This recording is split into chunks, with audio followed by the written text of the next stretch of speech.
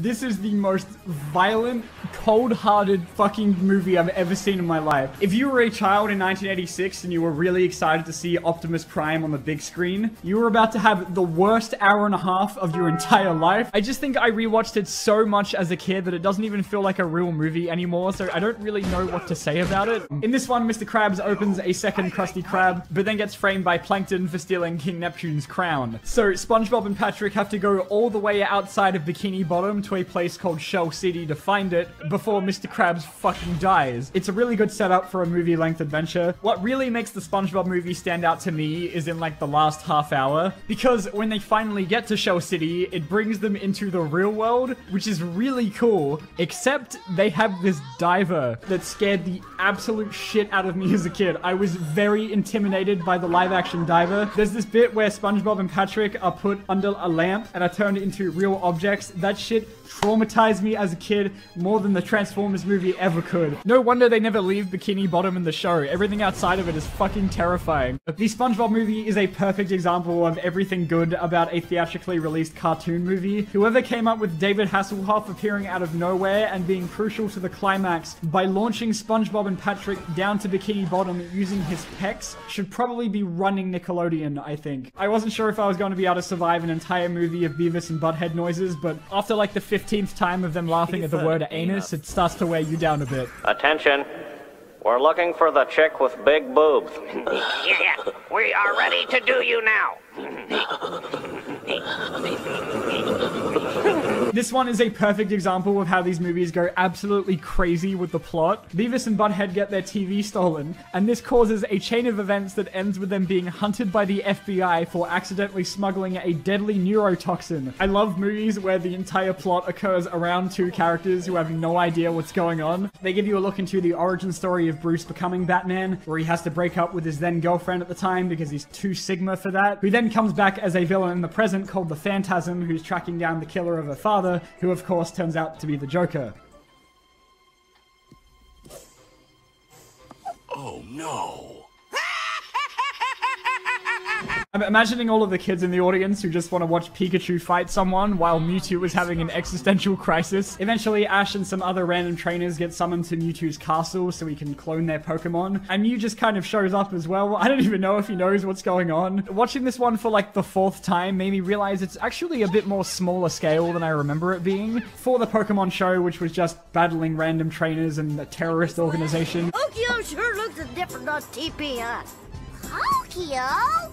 Don't you know nothing? This is Paris! This one introduces the new character Kimmy, who was a much more welcome addition than fucking Dill, and the whole thing's about them trying to stop Chucky's dad from marrying Coco, who owns the park they go to, which sounds like a pretty straightforward premise, but then the movie ends with a Pacific Rim kaiju battle with a mecha reptar that Tommy's dad built, so you can see why I like this one more. The Tom and Jerry movie in 1992 had probably one of the most controversial transitions to the big screen, in that they decided that Tom and Jerry should talk. How come you never spoke before?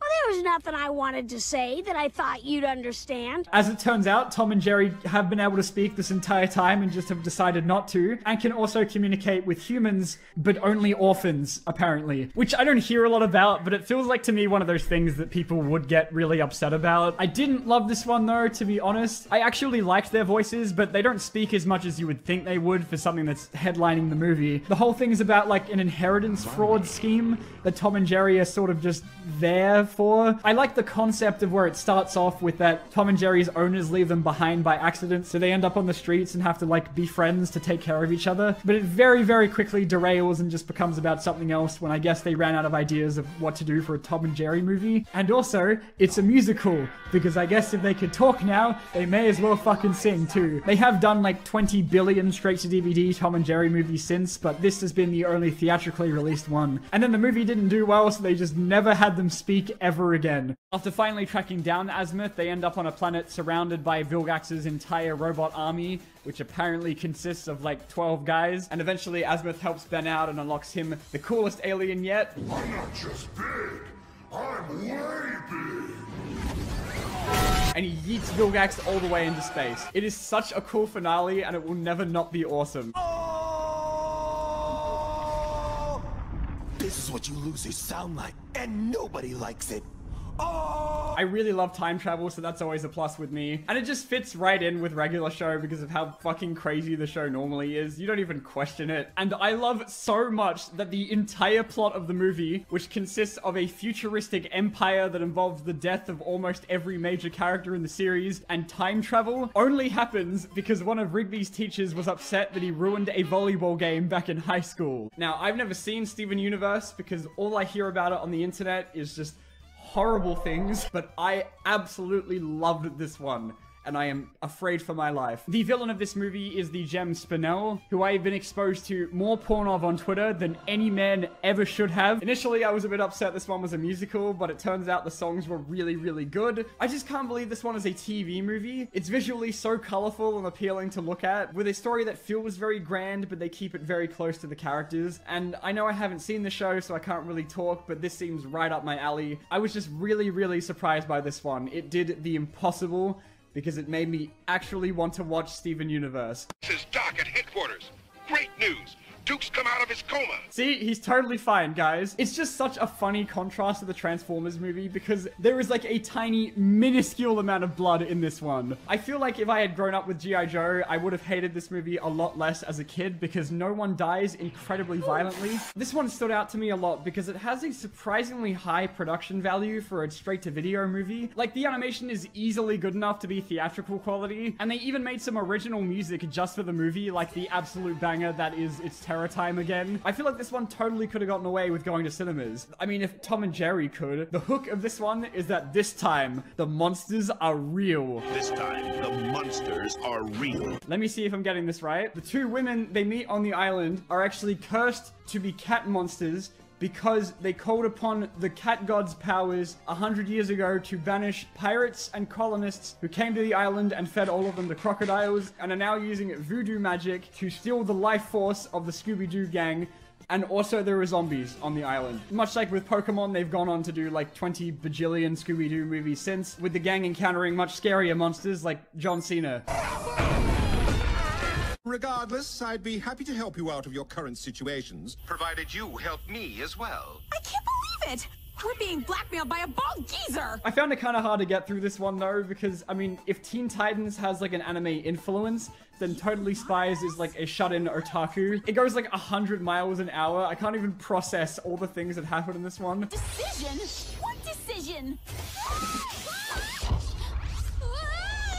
The plot is about an evil model who was like rejected because everyone thought he was fucking ugly, and now he's created a beauty machine that turns everybody into slaves that spend their entire day praising him. This one's a time travel movie, so of course I love it. It sees Dexter traveling to the future to check out how cool he is, only to find out that he's this wimpy piece of shit that gets regularly publicly flogged by his arch nemesis Mandog, which now that I'm saying out loud is kind of fucked up. Those were the My Little Pony movie. Yeah, I did watch that. And a Goofy movie. I did watch the Jimmy Neutron movie, and I feel like I probably got a lot of comments about that, but I didn't find out till after I watched it that the show came after the movie, and I didn't want to include that because otherwise movies like Barnyard would be eligible, and there is no fucking way in hell I'm ever watching Barnyard again. But I think this time I still want to mention them, even if I have like one sentence to say about them. So I watched the Kim Possible movie, So the Drama, which I really enjoyed. I think this was meant to be the series finale, but they ended up giving it another season anyway because people liked it too much. The Kids Next Door movie, Operation Zero, is nightmare fuel, and I cannot believe Cartoon Network would ever air anything this awesome. And The Loud House also got a movie on Netflix, I think in 2019, which I just randomly put on one day and surprisingly enjoyed, despite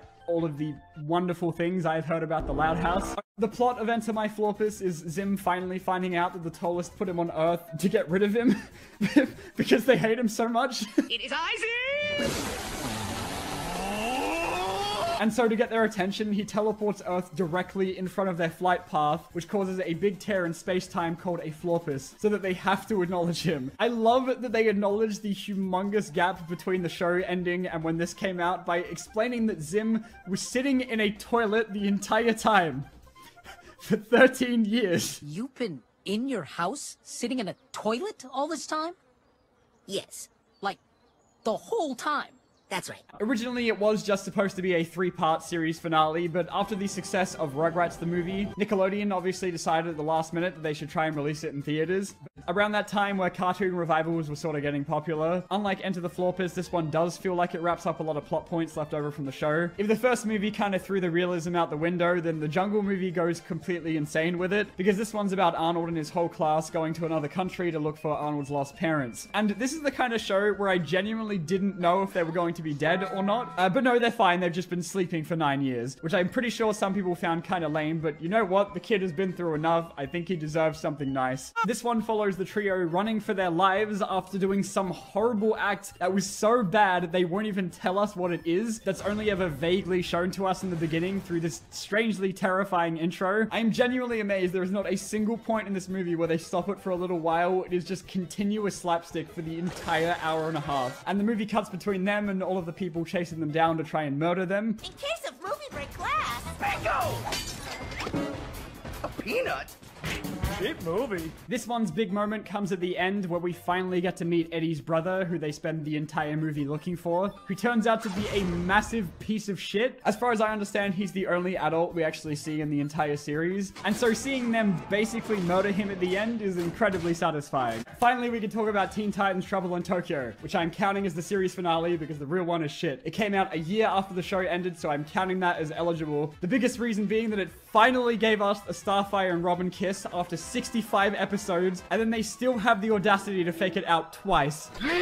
Because it's a Netflix movie, they definitely gave it that little bit more budget to just make the whole thing look fucking incredible. The animation in this is so good, my eyes were coming. Spider-Man 3 was famously interfered with by one of its producers insisting that Venom be the focal point of the movie, despite the original concept for the film already having Sandman and Green Goblin as the main antagonists. Sam Raimi reportedly wasn't a big fan of Venom, but in the end was pressed to include him. And we all know how that turned out. Amazingly. And they clearly didn't learn their lesson because they did the exact same thing with The Amazing Spider-Man 2 a few years later.